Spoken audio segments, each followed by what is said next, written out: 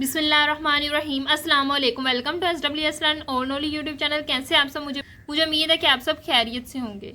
आज का हमारा टॉपिक है measurement of enthalpy change of a reaction. Enthalpy change की मेजरमेंट। हमने इतने ज़्यादा इंथाल्पी चेंजेस की बात की, enthalpy change of formation, enthalpy change of neutralization, enthalpy change of reaction, इतने ज़्यादा इंथाल्पी चेंजेस की बात की हमने, उनकी वैल्यूज़ भी देखी, लेकिन वो वैल्यूज़ किस तरह आई ये तो हमें पता ही नहीं। उन वैल्यूज़ को मेजर किया जाता है किस तरह?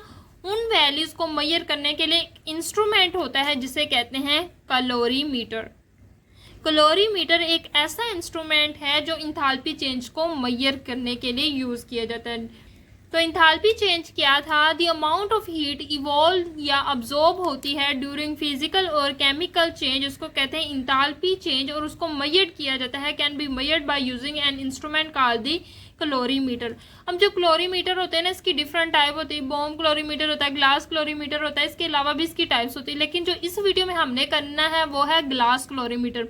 मोस्ट इंपॉर्टेंट टाइप है ये, लेक्चर एज अ लॉन्ग होने वाला। ग्लास कैलोरीमीटर जो है ना, मोस्ट इंपॉर्टेंट लॉन्ग है इस चैप्टर का। इस वीडियो में हमने ग्लास कैलोरीमीटर के बारे में पढ़ना है। तो ग्लास कैलोरीमीटर पढ़ने से पहले स्पेसिफिक हीट कैपेसिटी को पढ़ना बहुत जरूरी है। जब आप ग्लास कैलोरीमीटर पढ़ोगे तभी आपको पता चल जाएगा हमने स्पेसिफिक हीट कैपेसिटी को क्यों पढ़ा। अब स्पेसिफिक हीट कैपेसिटी को समझने के लिए आपने सपोज कर लेना है कि मैंने कोई भी सब्सटेंस लिया और उसका जो मैस है उसको डाला है, और वो मैस है 1 kg। एक बीकर में मैंने सब्सटेंस डाला है 1 kg। अब उस 1 kg सब्सटेंस का मैंने टेम्परेचर मेजर किया। इधर मेरे पास है थर्मोमीटर से मैंने उसका टेम्परेचर मेजर किया। सपोज 35 आया, 35 सेंटीग्रेड। अब मैं चाहती हूँ 35 से इसको 36 कर लूँ, यानी 36 सेंटीग्रेड टेम्परेचर कर दूं इस 1 kg सब्सटेंस का। तो मैं नीचे से हीट देना शुरू करूंगी। जैसे ही मैं हीट देना शुरू करूंगी, ये जो सब्सटेंस है वो गर्म होना शुरू हो जाएगा, और उसका टेम्परेचर जब 35 से 36 हो जाएगा तो मुझे थर्मामीटर शो कर देगा। अब 35 से 36 तक जाने के लिए जितनी मैंने एनर्जी या हीट इसको दी उसको मैं कहूंगी specific heat capacity. The amount of energy required to raise the temperature of a substance of a mass 1 kg through 1 kelvin या 1 centigrade is called the specific heat capacity. या तो 1 सेंटीग्रेड टेम्परेचर, या दूसरे वर्डों में 1 केल्विन टेम्परेचर राइज करने के लिए मुझे जितनी हीट देनी होगी 1 kg सब्सटेंस को, वो कहलाएगी स्पेसिफिक हीट कैपेसिटी। जैसे वाटर की एग्जांपल है, वाटर का अगर मैं 1 केल्विन टेम्परेचर राइज करना चाहूँ ना, तो उसके लिए मुझे एनर्जी रिक्वायर्ड होगी 4.18 जाउल पर ग्राम पर केल्विन। अगर मैं इसको राउंड ऑफ कर दूं, ये 18.5 से बड़ा इधर एक वैल्यू गेन कर दूं, तो 4.2 जाउल पर ग्राम पर केल्विन होगी। हमारा टॉपिक है glass calorimeter, most important long off this chapter. पहला लॉन्ग है, इसको आपने अच्छे से करना। हम इसको देखेंगे ये किस चीज़ के लिए यूज़ होता है, इसकी डायग्राम को देखेंगे, इसकी कंस्ट्रक्शन को देखेंगे, इसकी वर्किंग को देखेंगे, देन इसकी कैलकुलेशन को देखेंगे। आपने भी जब इसको एज अ लॉन्ग लिखना है तो इन्हीं पॉइंट्स में लिखना है। पहले इसका थोड़ा सा इंट्रोडक्शन देना, फिर इसकी डायग्राम, फिर इसकी कंस्ट्रक्शन, फिर इसकी वर्किंग और इसकी कैलकुलेशन। इन्हीं स्टेप्स में आपने इसको एज अ लॉन्ग करना है। सो पहले हम देख लेते हैं ग्लास कैलोरीमीटर किस चीज़ के लिए यूज़ होता है। हमने अभी पीछे पढ़ा जो कैलोरीमीटर एंथैल्पी चेंज को मेजर करने के लिए यूज़ होता है, यानी जो हीट फ्लो हो रही होती है रिएक्शन में उसको मेजर करने के लिए ग्लास कैलोरीमीटर, या तो हीट इवॉल्व होती है या तो अब्जॉर्ब हो रही होती है। तो इसका मतलब क्या है कि हीट फ्लो हो रही होती है रिएक्शन के दौरान, उसको हम मेजर करते हैं ग्लास कैलोरीमीटर से। A glass calorimeter is suitable for measuring heat flow for reaction in solution. Solution में जब रिएक्शन हो रहा होगा जो हीट फ्लो होगी उसको मेजर करेंगे बाय ग्लास कैलोरीमीटर। या किसी सोल्यूशन में एसिड और बेसिस और उनके दरमियान न्यूट्रलाइजेशन रिएक्शन हो रहा है, तो उसके दौरान जो इंथैल्पी चेंज आएगा उसको मेजर करने के लिए भी ग्लास कैलोरीमीटर यूज़ किया जाता है। इसका मोस्ट इंपॉर्टेंट ये है कि न्यूट्रलाइजेशन रिएक्शन में कितनी इंथैल्पी चेंज आया उसको मेजर करने के लिए यूज़ किया जाता है। अब हम इसकी डायग्राम पे आ जाते हैं। इसकी डायग्राम कुछ इस तरह है।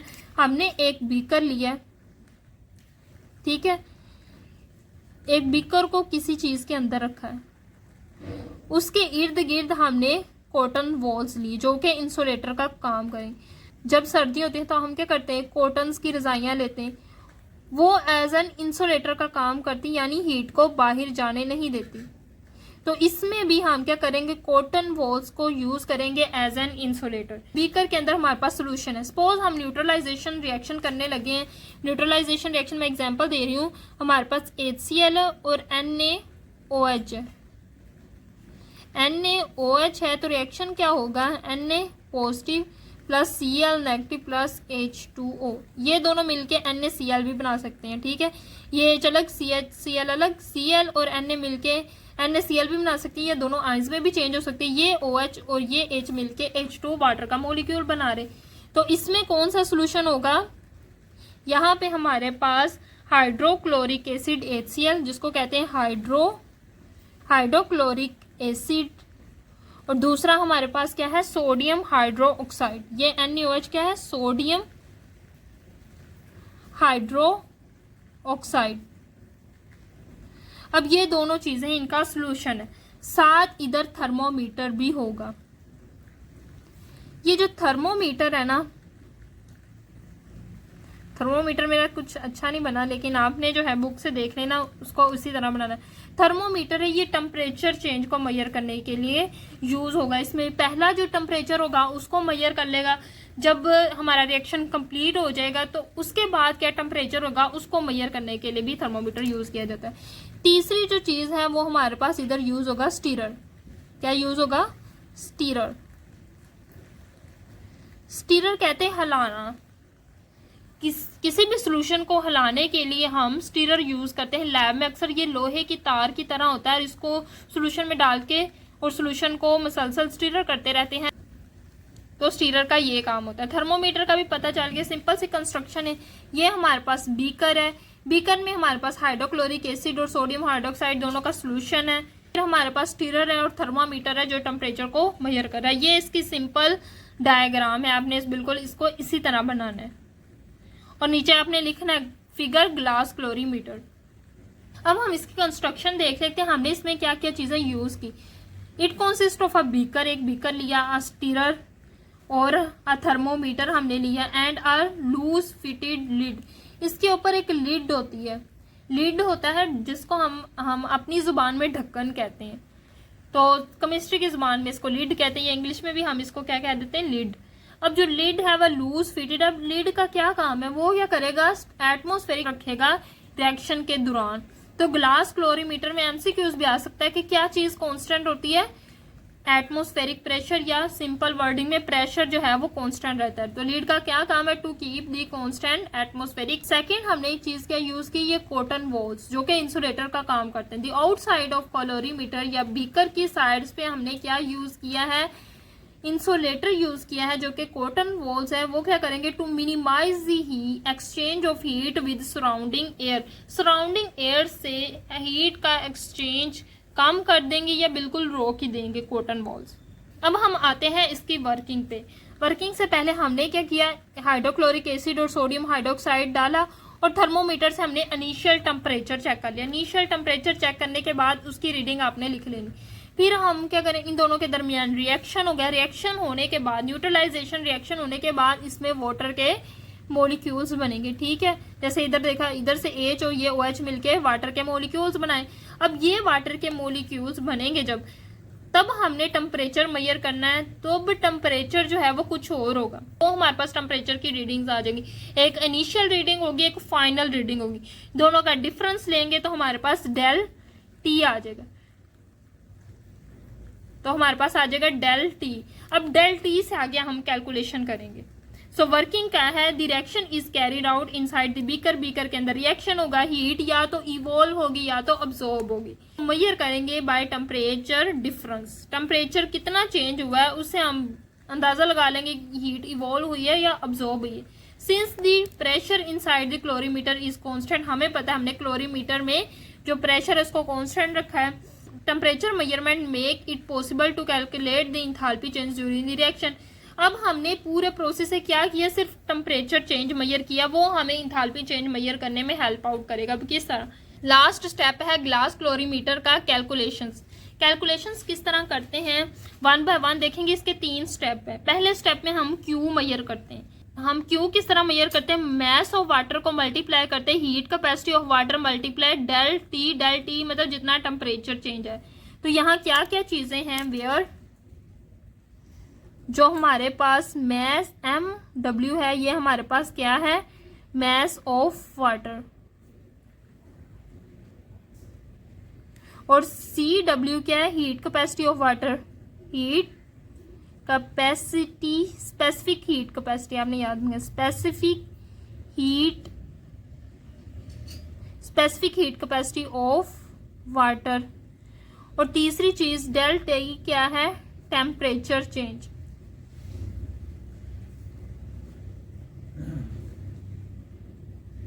और Q हमारे पास क्या है, हीट। अब हम इस फॉर्मूले से जो है Q मेजर कर लेंगे, पहला काम ये हो जाएगा। Q जो है वो जाउल में आएगा, Q किस में आएगा, जाउल में। किस तरह जाउल में आएगा, जो मैस होगा वो ग्राम में होगा। हीट कैपेसिटी का यूनिट क्या हमने पढ़ा, जाउल पर ग्राम पर केल्विन, इसका हमने ये यूनिट पढ़ा।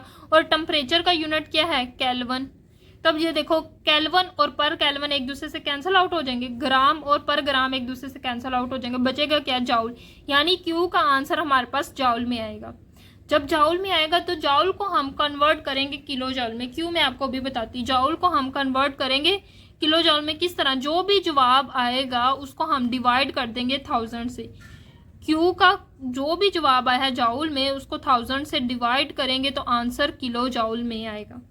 ठीक है, दूसरा स्टेप हो गया। पहले हमने Q फाइंड आउट किया, दूसरा हमने जाउल को किलो जाउल में कन्वर्ट किया 1000 से डिवाइड करके।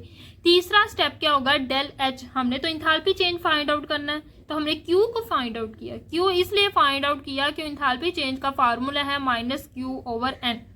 Q तो हमने मेजर कर लिया। अब N क्या है, N number of moles of water. जितने number of moles of water बने हैं उसको डिवाइड कर देंगे Q से, तो हमारे पास इंथैल्पी चेंज आ जाएगा।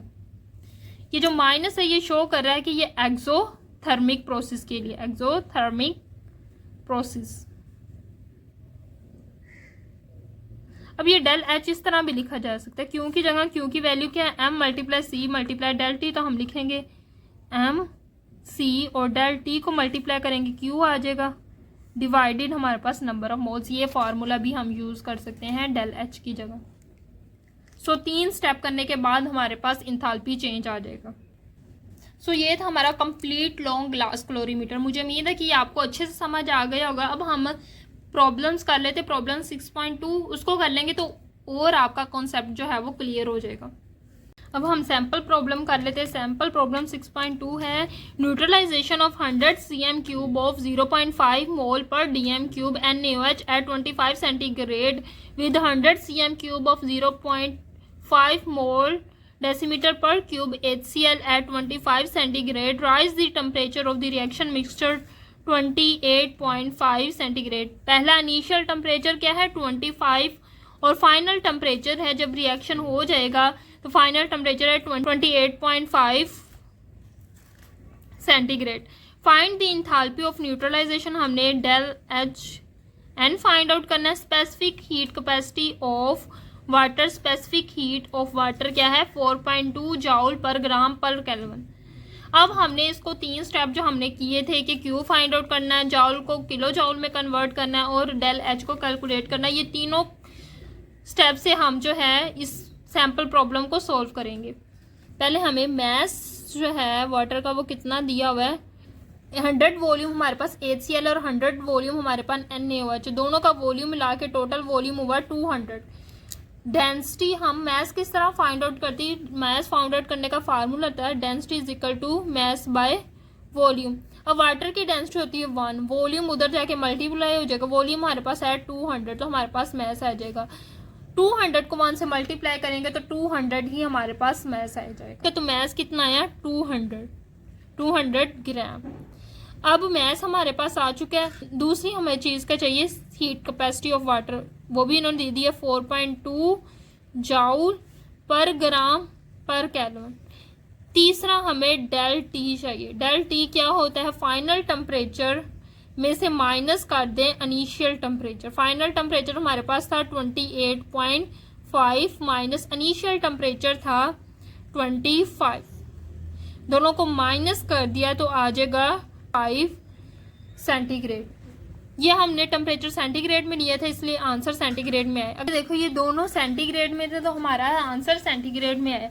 अगर मैं इन दोनों को केल्विन में चेंज करूं, किस तरह केल्विन में चेंज करते हैं, सेंटीग्रेड वाले आंसर में जैसे 28.5 है, इसमें मैं ऐड कर दूं 273 तो मेरा आंसर आ जाएगा केल्विन में। इसको भी मैंने केल्विन में कन्वर्ट कर दिया, इसको भी केल्विन में कन्वर्ट कर दिया, दोनों का डिफरेंस निकाला तो भी आएगा 3.5 केल्विन। ठीक है, तो जो डिफरेंस है जो सेंटीग्रेड में आएगा वही केल्विन में आएगा। तो डेल टी हमारे पास आ गया 3.5 केल्विन। अब सबसे पहला काम है हमने क्यू फाइंड आउट करना है। क्यू किस तरह फाइंड आउट करना है, mass multiply specific heat capacity multiply del T.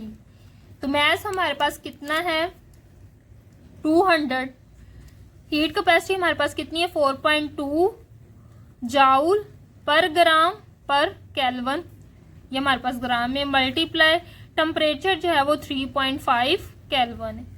सो इन सबको मल्टीप्लाई किया तो हमारे पास आया 2940। अब ये देखो ये ग्राम पर ग्राम से कैंसिल, ये केल्विन पर केल्विन से कैंसिल, तो बचा क्या जाउल, ये आंसर आ गया जाउल में। फर्स्ट स्टेप हो गया हमारा, क्यू फाइंड आउट हो गया। अब हमने कहा था जाउल को किलो जाउल में कन्वर्ट करना है, किस तरह, इस आंसर को 1000 से डिवाइड करना है। दूसरे स्टेप पे आ गए हैं, किलो जाउल में करना है, तो हमने जो आंसर आया उसको 1000 से डिवाइड करेंगे तो किलो जाउल में आंसर आ जाएगा। जब 1000 से डिवाइड किया तो आंसर आया 2.94 किलो जाउल। अब ये हमने किलो जाउल में आंसर लिए हैं। अब तीसरे स्टेप पे आते हैं। तीसरे स्टेप में हमने डेल एच फाइंड आउट करना होता है, जो कि होता है क्यू डिवाइडेड बाय एन। अब हमें क्यू तो पता है, एन हमें पता नहीं, इसको भी हम फाइंड आउट करते हैं। जो मोल्स होते हैं ना उनको फाइंड आउट करने का फॉर्मूला होता है, मोल्स को फाइंड आउट करने का फॉर्मूला है कंसंट्रेशन मल्टीप्लाई वॉल्यूम। जितनी कंसंट्रेशन हो उसको मल्टीप्लाई करते हैं वॉल्यूम से तो हमारे पास नंबर ऑफ मोल्स आ जाएंगे। हमें पता है कि कंसंट्रेशन जो है वो दोनों की बराबर थी। मैं नंबर ऑफ मोल्स चाहे HCl निकाल लूं या नंबर ऑफ मोल्स मैं NaOH के निकाल लूं, दोनों की कंसंट्रेशन क्या थी, सेम थी। अब देखो उन्होंने हमें प्रॉब्लम में क्या था, 100 cm³ हमने NaOH लेना है और हमने 100 cm³ ही HCl लेना है। सपोज मैं number of mole find out करने लगी हूँ NaOH के, वॉल्यूम जो है वो 100 है और उसकी कंसंट्रेशन क्या है 0.5। जब मैं number of moles find out करने लगी हूँ तो सपोज मैं NaOH के number of moles find out करने लगी तो उसकी कंसंट्रेशन को मल्टीप्लाई करूंगी वॉल्यूम से। कंसंट्रेशन भी उन्होंने दी है, वॉल्यूम भी उन्होंने दिया है। 0.5 कंसंट्रेशन है, वॉल्यूम हमारे पास क्या है 100। तो कंसंट्रेशन हमारे पास है 0.5 और वॉल्यूम हमारे पास क्या है 100। उसको मैं डिवाइड कर दूंगी 1000 से। कंसंट्रेशन को मल्टीप्लाई किया वॉल्यूम से और उसको डिवाइड करना है 1000 से। तो क्या नंबर ऑफ मोल्स आएंगे, मेरे नंबर ऑफ मोल्स आए 0.05। हमने इन दोनों को मल्टीप्लाई करना है डिवाइड करके 1000 से, तो आया 0.05 मोल। ये चाहे NaOH के ले लें चाहे Cl के ले लें, HCl के ले लें। अब ये जो नंबर ऑफ मोल्स है वो NaOH के, लेकिन हमने फॉर्मूले में यूज करने हैं वाटर के। तो हम क्या करेंगे, हम अपनी इक्वेशन लिखेंगे NaOH और HCl मिल के हमारे पास वाटर बनाएंगे। Na positive plus Cl negative plus H2O, ये हमारे पास इक्वेशन। अब देखो इस इक्वेशन में अगर हम देखें तो 1 मोल HCl का 1 मोल NaOH, दोनों ने मिलके 1 मोल वाटर मॉलिक्यूल्स बनाए। यानी जितने मोल HCl के यूज होंगे उतने ही मोल हमारे पास NaOH के यूज होंगे और उतने ही मोल वाटर के बनेंगे। ये हमें केमिकल इक्वेशन से पता चल रहा है कि 1 मोल अगर हम HCl यूज करेंगे तो 1 मोल NaOH यूज करना पड़ेगा, तभी हमारे पास 1 मोल वाटर मॉलिक्यूल्स बनेगा। अगर NaOH के नंबर ऑफ मोल 0.05 है, NaOH की क्या है 0.05 मोल्स हमने खुद निकाले, तो इसका मतलब HCl के भी कितनी होनी चाहिए 0.05 और इसी तरह वाटर के भी कितने होने चाहिए 0.05। सो वाटर के नंबर ऑफ मोल्स कितने आए हैं 0.05। सो आप क्या करेंगे, नंबर ऑफ मोल्स की जगह पुट कर देंगे 0.05 और Q की वैल्यू हमारे पास है ये 2.94, तो लिखेंगे 2.94 joule, 2.94 kilo joule, 94 kilo joule और नीचे हमारे पास 0.05 मोल आ गया। ठीक है, अब इन दोनों को हमने डिवाइड करना है। इन दोनों को डिवाइड किया तो मेरे पास आंसर आया, डेल एच का मेरे पास क्या फॉर्मूला था, -Q/N, तो इधर भी मेरे पास आएगा माइनस Q की जगह Q की वैल्यू आ गई, N की जगह number of moles of water आ गए। अब दोनों को डिवाइड करेंगे तो हमारे पास आंसर आएगा -58.8 किलो जाउल पर मोल। तो हम फाइनल आंसर लिखेंगे हमारा पास del H nought neutralisation reaction हुआ है, enthalpy change of neutralisation, standard enthalpy change of neutralisation आया है -58.8 kilo joule per mole. So this is final answer. अब हम कर लेते हैं क्विक चेक के क्वेश्चन। क्विक चेक का क्वेश्चन है, calculate enthalpy, standard enthalpy change of neutralisation of a reaction of 50 cm³ of 1.5 mole per dm³ HNO3 with 50 cm³ of 1.5 mole per dm³ of NaOH। यानी ये reaction है HNO3 और NaOH। The change in temperature is 4 centigrade. Del temperature उन्होंने del T हमें पहले दे दी, इसमें हमने find out नहीं करना, वो है 4 सेंटीग्रेड या 4 केल्विन। अब हमने जो सिंपल है बिल्कुल ऊपर वाली प्रॉब्लम की तरह करना है। आपने क्या करना है, ये प्रॉब्लम खुद सोल्व करने की कोशिश करनी। मैं भी आपको समझाती हूँ, लेकिन आपने क्या करना है, पहले इसको खुद सोल्व करना है, बाद में मैंने जो समझाया उससे चेक करना है कि आपने बिल्कुल ठीक किया है हर काम। सो क्विक चेक क्वेश्चंस हम स्टार्ट करते हैं। सबसे पहले हमने क्यू फाइंड आउट करना है। क्यू फाइंड आउट करने के लिए सबसे पहले हमें मैस चाहिए। मैस, अब हमारे पास 50 cm³ जो है वो HNO3 है और 50 cm³ जो है हमारे पास NaOH। टोटल जो वॉल्यूम है वह 100 cm³ है। तो मैस किस तरह फाइंड आउट करेंगे, मैस फाइंड आउट करने का फॉर्मूला होता है density is equal to mass by volume. Mass इधर ही रहने दे, वॉल्यूम डेंसिटी के साथ मल्टीप्लाई हो जाएगा। अब डेंसिटी जो है वो वाटर की 1 होती है, मल्टीप्लाई वॉल्यूम कितना है 100, तो 100 से मल्टीप्लाई करेंगे तो मैस आ जाएगा 100 ग्राम।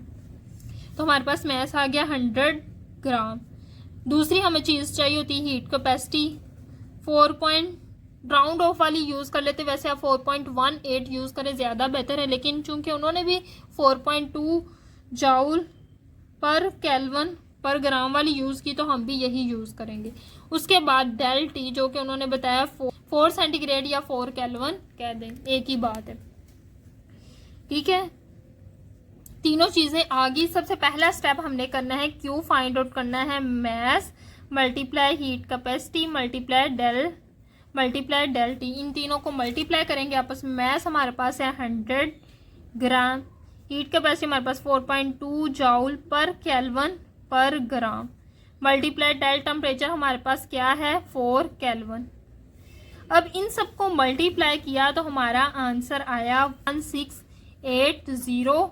अब ये देखो ग्राम पर ग्राम से कैंसिल, केल्विन पर केल्विन से कैंसिल, बचा क्या जाउल, और कर लिया। दूसरा स्टेप क्या था, जाउल को किलो जाउल में कन्वर्ट करना है बाय डिवाइडिंग 1000 से डिवाइड करेंगे इसको तो ये आंसर आ जाएगा किलो जाउल में। इसका आंसर आता है 1.68 किलो जाउल। अब ये हमारा आंसर आ चुका है किलो जाउल और हमारे पास क्यू आ चुका है। 2 स्टेप हो गए। अब थर्ड स्टेप है हमने del H nought find out करना है, enthalpy change of neutralization find out करना है, वो है -Q/N। -Q/N को फाइंड आउट करना। अब इसको किस तरह करेंगे, हमारे पास नंबर Q तो है, नंबर ऑफ मोल्स नहीं है, तो नंबर ऑफ मोल्स हम क्या करेंगे, पहले किसी भी रिएक्टेंट के number of moles find out करेंगे। हमारा तरीका है मोल्स किस तरह फाइंड आउट करते हैं, कंसंट्रेशन को मल्टीप्लाई कर देते हैं वॉल्यूम से। किसी भी एक रिएक्टेंट के हम मोल फाइंड आउट कर लेते हैं। अब देखो उन्होंने हमें 2 रिएक्टेंट दिए, सपोज हम HNO3 के फाइंड आउट करें। हमारे पास कंसंट्रेशन है 1.5 और वॉल्यूम है हमारे पास 50। तो लिखो कंसंट्रेशन जो है वो 1.5 मोल पर डीएम क्यूब, और वॉल्यूम है हमारे पास 50 डीएम क्यूब। इसको डिवाइड कर देंगे 1000 से, तो हमारे पास नंबर ऑफ मोल्स आएंगे 0.075 मोल्स। ठीक है, नंबर ऑफ मोल्स आया 0.075। अब ये हमारे पास नंबर ऑफ मोल्स आए हैं HNO3 के, हमें चाहिए वाटर के, तो हम केमिकल इक्वेशन लिखेंगे HNO3 प्लस NaOH, तो हमारे पास बनेगा NaNO3 और ये OH और ये H मिलके क्या बना देंगे, वाटर मोलिक्यूल्स। अब हमें चाहिए number of moles of water.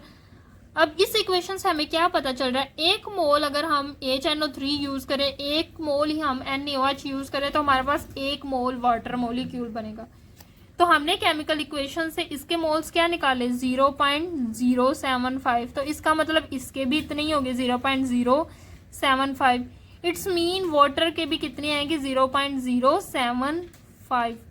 हमें पता है कि अगर इसका मोल इतना है तो इसका भी उतना ही होगा, इसका भी उतना ही होगा, केमिकल इक्वेशन से हमें पता चला। तो हमारे पास वाटर के नंबर ऑफ मोल्स आ गए 0.075।